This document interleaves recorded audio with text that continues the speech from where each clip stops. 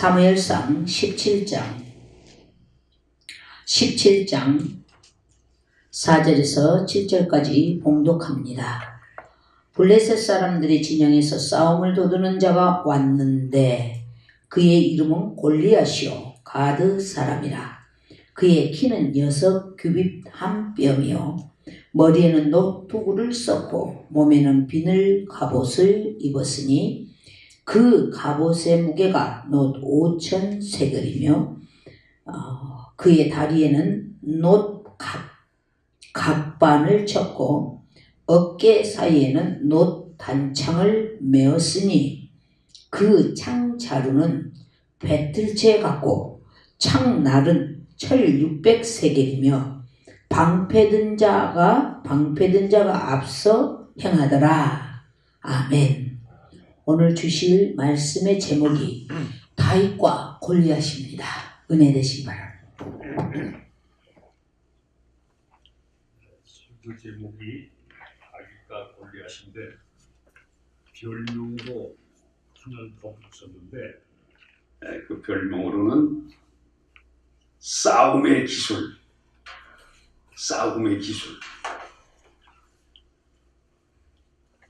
혹시 싸움의 기술이라는 영화를 보신 적이 있나요? 네. 예, 아주 그 코미디 영화죠. 싸움의 기술. 거기에 등장하는 인물이 백윤식이라고 하는 배우인데 아주 재미있어요. 근데 그 싸움의 기술에 싸움을 하기 전에 어떤 마음을 가져야 되느냐?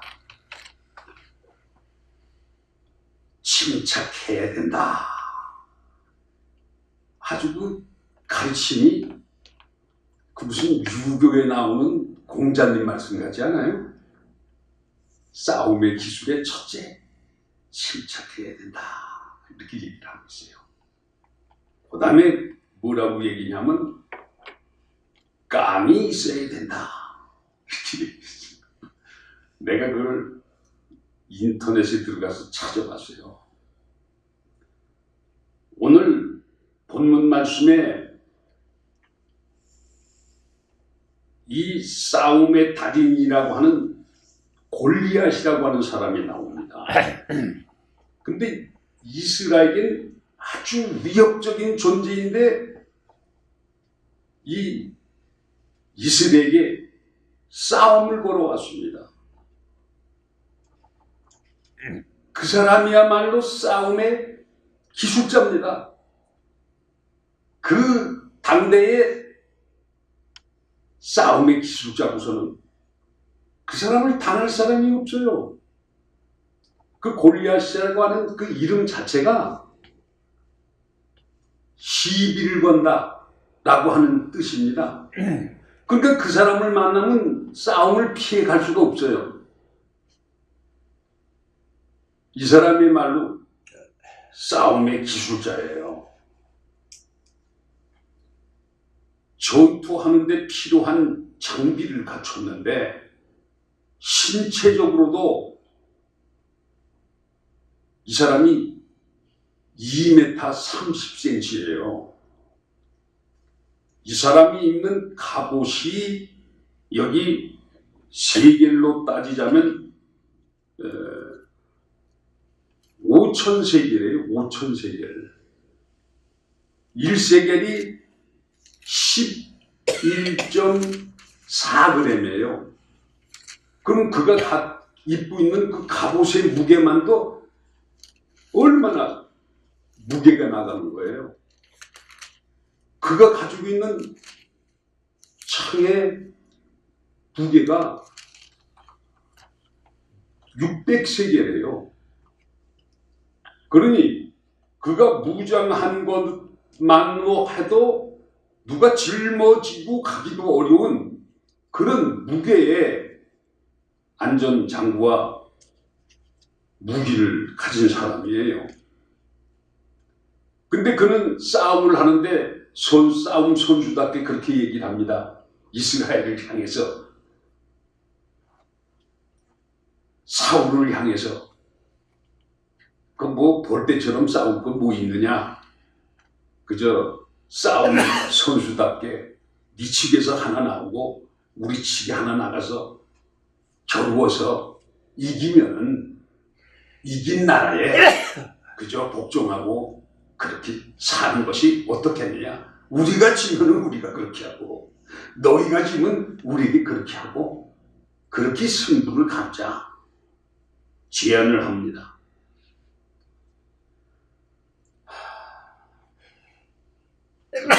사울도 한땐 성군이여 나라의 위기 때마다 하나님의 도우심으로 나라를 잘 이끌어 갔는데 이런 싸움꾼의 선언 앞에 덜덜 떠는 신세가 됩니다.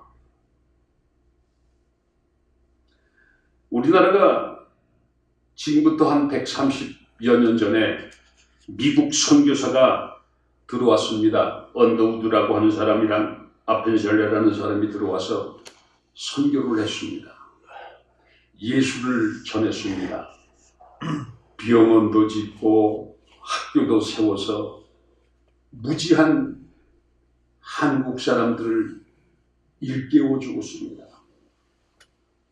그리고 인류의 구세주 되시는 예수를 전했습니다.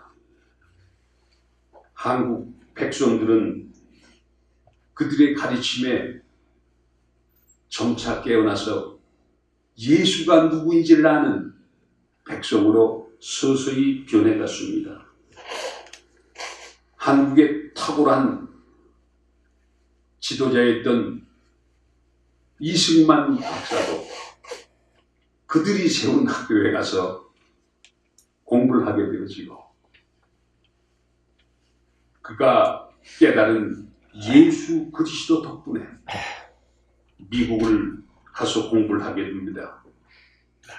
조지 워싱턴 대학에 가가지고 박사, 하버드 대학에서 석사, 프린스턴 대학에서 박사 과정까지 공부해서 한국 사람의 탁월한 지식을 습득하는 것에 커다란 감동을 주었고 미국 사람들이 어떻게 그러한 이름도 없는 한국에 그런 지배력을 가진 사람이 있는가 하고 감탄했습니다.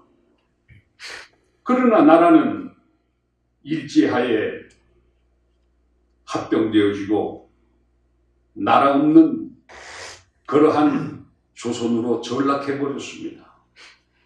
나라는 있어도 이미 나라는 일본에 빼앗겨서 속국이 되었습니다. 나라와 나라의 싸움에서 싸움의 기술이 없었기 때문에 나라를 빼앗겼습니다. 그러나 이렇게 나라를 빼앗겨서 되겠는가 생각을 뜻을 가진 사람들은 만주로 떠나서 그것에서 임시 정부를 세워서 아니다. 우리나라는 이렇게 빼앗겨서도 우리나라는 있다 하고 세계 만방에 선포하고 국가를 경영해 갔습니다. 빼앗긴 나라지만 싸움의 기술이 없어서 빼앗겼지만 그래도 포기를 하질 않았습니다. 인간의 방법으로는 국군을 회복할 수 없었습니다만 싸움의 기술이 어디 있는지를 성경 말씀에서 배웠습니다. 로마서 8장 31절에 보니 이런 말씀이 있습니다. 그런즉 이 일에 대하여 우리가 무슨 말을 하리요? 만일 하나님이 우리를 위하시면 누가 우리를 대적하리요? 아멘. 나라는 빼앗겨서 멀리 만주에 가서 세를 얻어 방을 얻어 거기서 임시정부라고 하는 나라를 세워서 빼앗긴 나라를 되찾겠다라고 하는 싸움을 선언한 것입니다. 근데 그들은 무엇을 믿었는가 하면 하나님이 우리를 위하십니다. 누가 우리 조선을 당할 수 있겠느냐? 라고 하는 믿음의 선언을 했던 것입니다.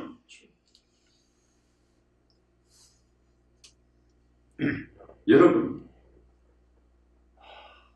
김윤식이라고 그랬어요? 싸움의 기술이? 네. 김윤식이는 침착해야 되고 깡이 있어야 된다 했는데 여기 성경은 뭐라고 그러냐면 하나님의 사랑을 받는 자는, 하나님의 사랑은 누가 받아요? 그의 이름을 예배하는 자. 아멘. 가 하나님의 사랑을 받지요.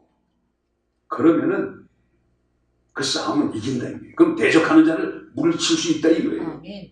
아멘. 자, 우리는 하나님을 예배하는 자입니다.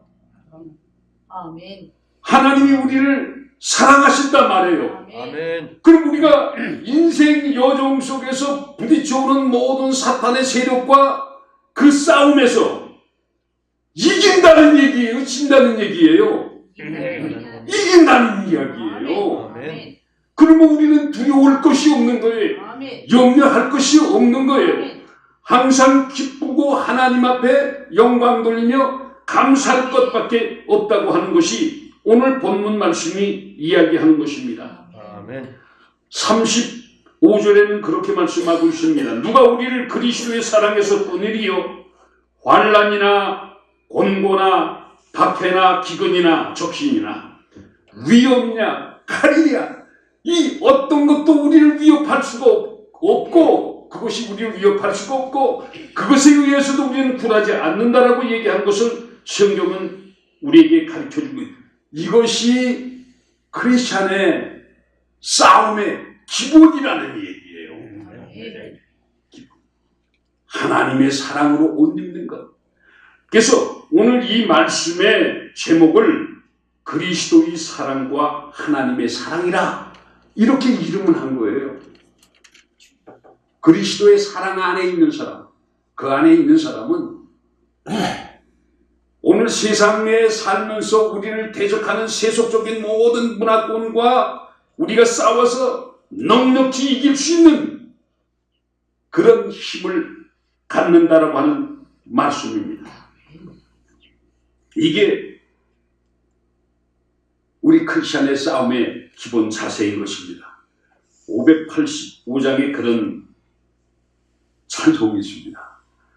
내 주는 강한 성이요 방패와 병기 되시니 큰 환난에서 우리를 구하여 내시리로다. 아멘. 할렐루야. 아멘. 아멘. 큰 환난에서 큰 전투에서 우리가 넉넉히 이길 수 있게 해주신다라고 하는 선언을 해주셨습니다. 2절에는 그렇게 시작합니다. 내 힘만 의지할 탐은 패할 수밖에 없도다. 싸움이라고 하는 것은 내 힘 가지고 하는 게 아니라는 얘기를 말씀하고 있습니다. 힘 있는 장수 나와서 나를 대신하여 싸워주소서. 힘 있는 장수가 누구예요? 만군의 여호와의 하나님이십니다. 아멘. 우리를 위하여서 이 세상에 오셔서 우리를 사랑하시어 피 흘려서 우리를 구속하여 주신, 우리를 사랑한다고 하신 그 예수님이 날 대신하여 싸우시는 장수라고 말하고 있습니다. 아멘. 그래서 이 싸움에서 넉넉히 이길 수 있다고 하는 사실입니다. 일제에 우리나라는 더 이상 우리의 이름이 없었습니다. 양정학교에 다니는 송기종 선수가 마라톤에 가서 달리기를 해서 우승을 했습니다. 근데 그의 가슴에는 태극기가 붙여진 것이 아니라 일장기가 붙었습니다. 왜? 나라가 이미 빼앗겨서 그들의 것이 되었고 우리는 그의 속국이 되었기 때문입니다. 이 전쟁은 그렇게 끝난 것 같아요. 조선민족이 예수 그리스도를 영접하여서 믿음의 지도자들이 하나님 앞에 기도하였습니다. 왜? 싸움의 기술이 전능하신 하나님에게 있다고 하는 사실을 알고 예수에게 있다는 사실을 알고 예수가 우리를 사랑하시면 하나님이 우리를 위하시면 싸움을 뒤집어 놓을 수 있다라고 생각했기 때문에 싸움을 끝났다고 생각하지 않았고 그들은 무릎이 낙타의 무릎이 되도록 꿇어앉아 하나님 앞에 기도했습니다. 하나님께서는 일본에 하는 만행을 그대로 보지 아니하시고 띠 20불을 띄웠습니다. 그리고 히로시마에다가 콩할 만한 땅콩 하나를 떨어뜨렸습니다. 일본 천황은 아무 조건 없이 손들고 나왔습니다. 손들고 나와서 메가다 앞에서 조건 없이 우리는 항복합니다. 조선을 조건 없이 돌려줍니다. 힘있는 장수 나와서 나를 대신하여 싸우니 조선은 이렇게 해서 싸움의 기술자 일본을 꺾어뜨렸습니다. 오늘 사무엘상의 17장에 나오는 다윗의 얘기가 나옵니다. 다윗이 이 골리앗과 싸워 이길 수 있는 힘이 어디에 있었는가에 관해서 16장에서 설명해 주고 있습니다.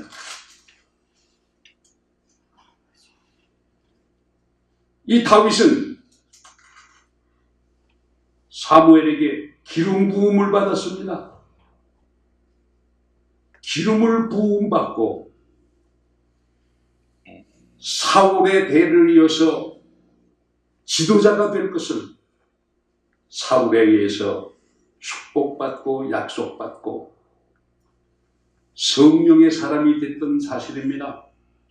아멘. 오늘 우리가 이 세상을 넉넉히 이길 수 있는 싸움의 기술자가 되기 위해서는 성령 충만받지 않으면 안 된다라고 하는 사실입니다. 아멘.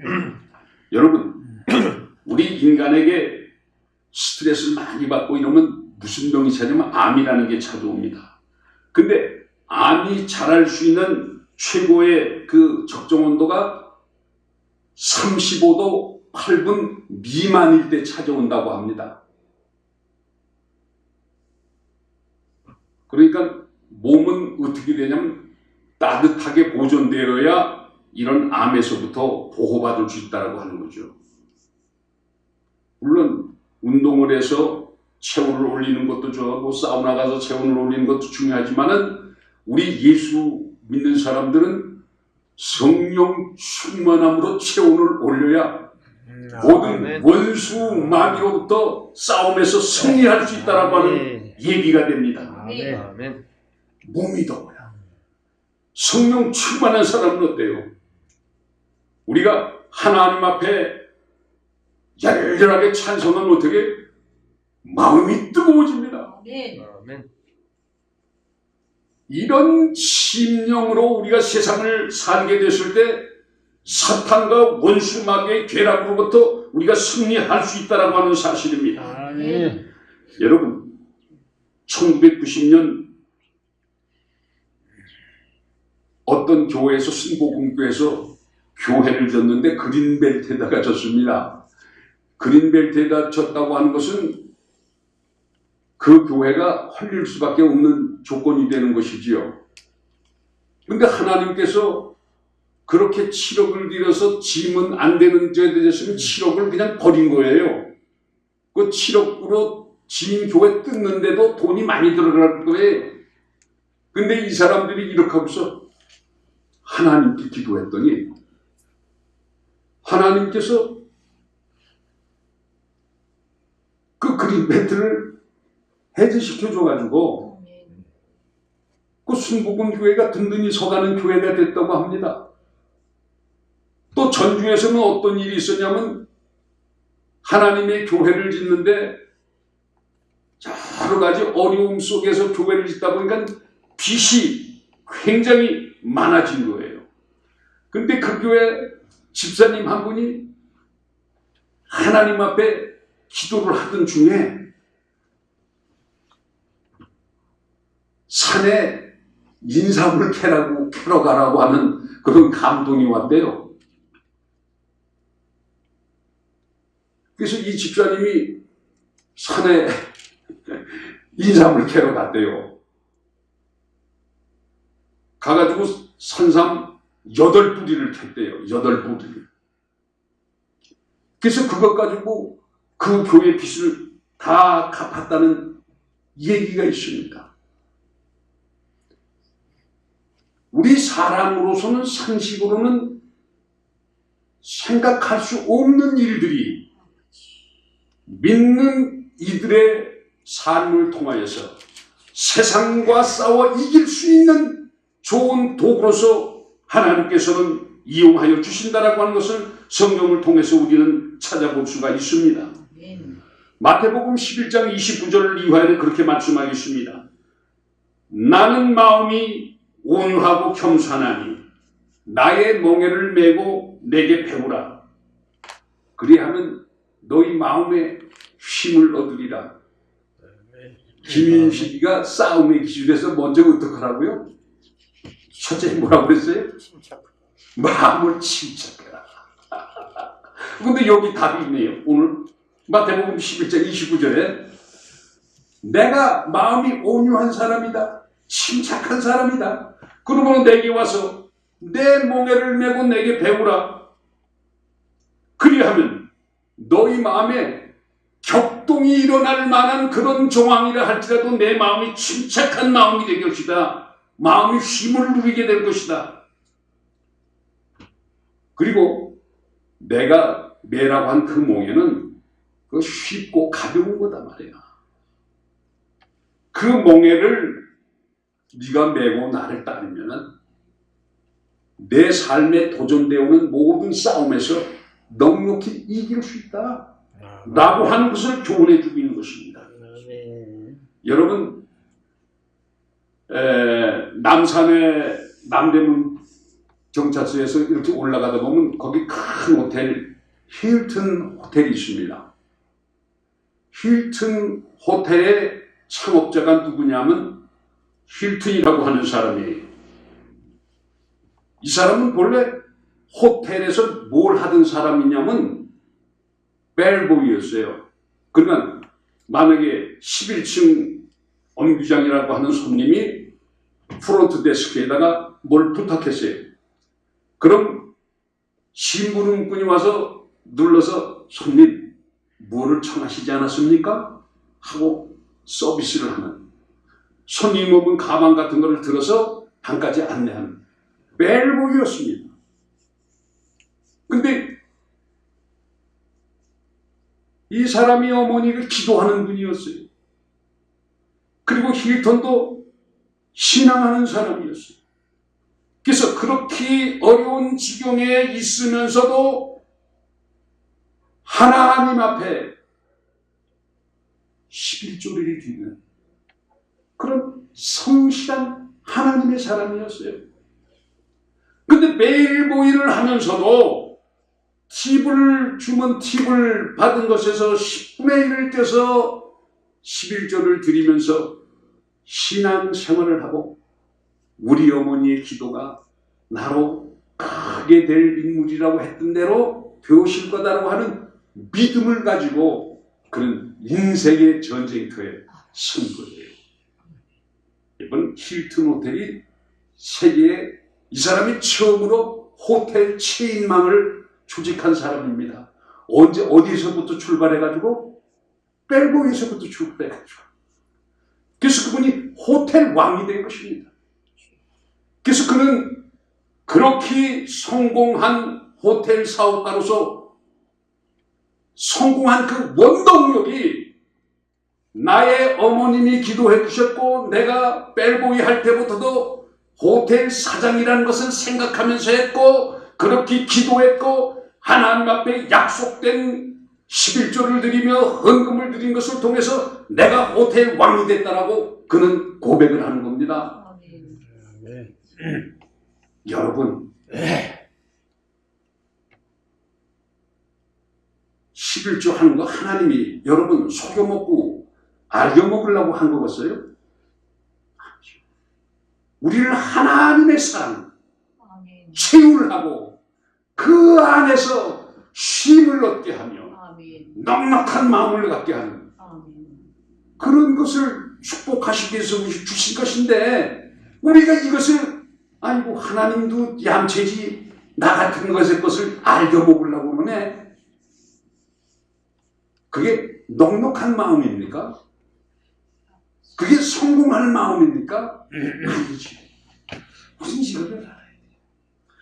싸움에서 승리하기 위해서는 우리가 기술을 체득해야 되는데 하나님은 날 사랑하셔서 독생자 예수를 이 세상에 보내신 그분이라는 걸 알고 그 안에 거하는 사람에게는 모든 싸움에서 그가 방패가 되시고 용기와 능력이 되셔서 승리할 수 있겠다고 하는 사실입니다. 아멘.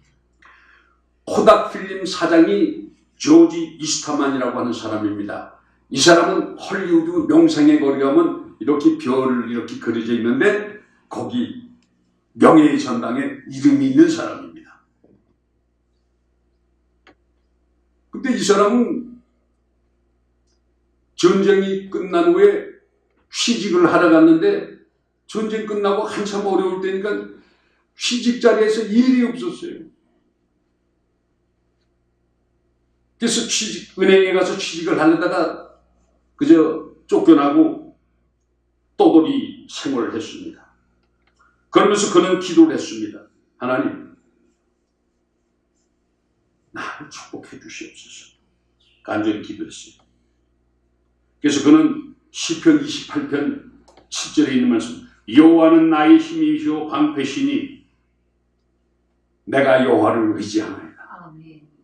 아니 취직해서 전쟁 후에 실업자로서 떠돌이 주제에 이 시편에 있는 말씀을 암송하면서 그는 출발을 했습니다. 헐리우드에 영화 촬영 나온 필름이 얼마나 많이 필요해요. 이 코닥 필름에 그가 사장이 된 거예요. 여러분 모든 그 문화의 진수가 뭡니까? 영화 산업 아니에요. 영의 산업을 주도하는 주도자가 되는 거예요. 그도 11조로 성공한 사람이에요. 그렇게 어려운 중에도 하나님의 약속된 11조를 통하여서 그는 하나님의 축복을 받아들였고 헐리우드 문화산업을 일으킨데 기여한 사람이 됐다고 하는 사실입니다. 온유하고 겸손하여 우리 주님이 매라고 하는 그 멍에를 매는 사람은 하나님께서 그렇게 축복하여 주시어서 승리하게 하시고 이기게 하신다는 것입니다. 우리 인생에 있어서 우리에게 싸움 걸어오는 게 얼마나 많아요. 근데 이것을 이 싸움에서 이기기 위해서는 우리가 싸움의 기술을 얻기 위해서는 우리가 무엇을 해야 되느냐? 그리스도 안에서 우리가 참 평안과 참 쉼이 무엇인가를 알아야 된다고 하는 사실이죠. 여러분 미국에서 큰 부자가 누구를 들지? 록펠러입니다. 이 록펠러는 큰 부자가 되기 전까지는 가난한 어머니에 그래서 어머니의 사랑과 축복 속에서 자란 아이입니다. 근데 그는 마음에 그렇게 생각해 내가 교회에 크게 기여할 것이라고 생각하고 교회를 짓 때 그가 벽돌로 헌금을 한 그런 사람이기도 합니다. 근데 그 사람은 뭐 11조봐도 더 많은 것을 드린 사람입니다. 세계에서 석유가 가장 많은 나라가 어느 나라냐면 이 중동도 아닙니다. 중동 다 합친 것보다 더 많은 석유가 미국에 있습니다. 아직도 개발되지 아니한 채로 앞으로 100여 년 이상 쓸 수 있는 기름이 미국 땅에 묻혀 있습니다. 이 사람은 스탠다드라고 하는 그런 기름 회사를 설립했는데 미국 정유 회사로서 95%를 미국 정유 회사의 95%를 자랑한 것이 점유한 것이 이 록펠러라고 하는 사람입니다. 그 사람은 미국서 어떻게 불리냐면 11조의 왕이라고 불립니다. 11조의 왕. 이 사람이 교회를 몇 개를 세웠냐면 4,000개를 세웠습니다. 교회를 4,000개를 세웠어요. 그리고 미국 유수한 대학을 24개를 세웠습니다. 그리고 그 사람한테 장학 혜택을 받는 사람이 4만 명 이상이 됩니다.